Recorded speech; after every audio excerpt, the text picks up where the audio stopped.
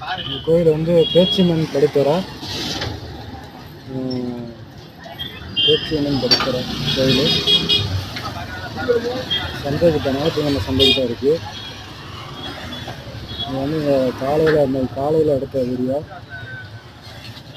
காலையில் ஒரு 10 மணி போல் எடுத்தது. இப்போ தான் ஒரு 3 மாதத்துக்கு முன்னாடி கும்பாபிஷேகம் நடந்துச்சு. இந்த இதில் லைவில் ஒரு வீடியோ ஒன்று போட்டிருக்கேன். லைவ் வீடியோ ஒன்று.